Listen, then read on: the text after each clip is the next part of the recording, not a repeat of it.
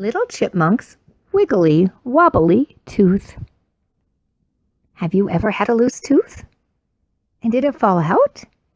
Maybe you haven't had a loose tooth yet, but maybe you know somebody who did. It's kind of an exciting time, but it can be a little scary too. Let's see what happened to Little Chipmunk when he got his very first loose tooth. Little Chipmunk was proud of his two front teeth. They were his very best feature. Everybody could see that. So, Little Chipmunk brushed his teeth at least twice a day and always made sure to use dental floss. But one morning, Little Chipmunk noticed something strange. One of his beautiful front teeth wobbled ever so slightly as he brushed it. It wobbled again when he ate walnut toast for breakfast. A few days later, Little Chipmunk had a terrible surprise. He bit into an acorn, but his tooth was too wobbly to do the job. Little Chipmunk was embarrassed. He didn't want to tell anyone. Maybe nobody will notice if I just eat soft foods from now on, he thought. That afternoon, Little Chipmunk heard Little Squirrel call to him in their secret code. 2 long whistles and 1 short one. Little Chipmunk tried to whistle back, but all that came out was a puff of hot air. He had lost his whistle, all on account of one loose tooth.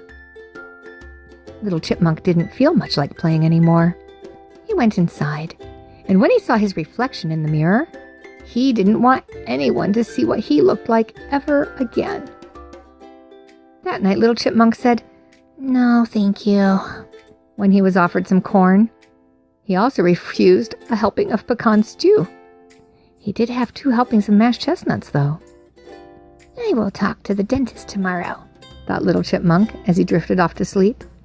"Maybe she can tell me what to do." The next day, Dr. Beaver helped Little Chipmunk into the special chair.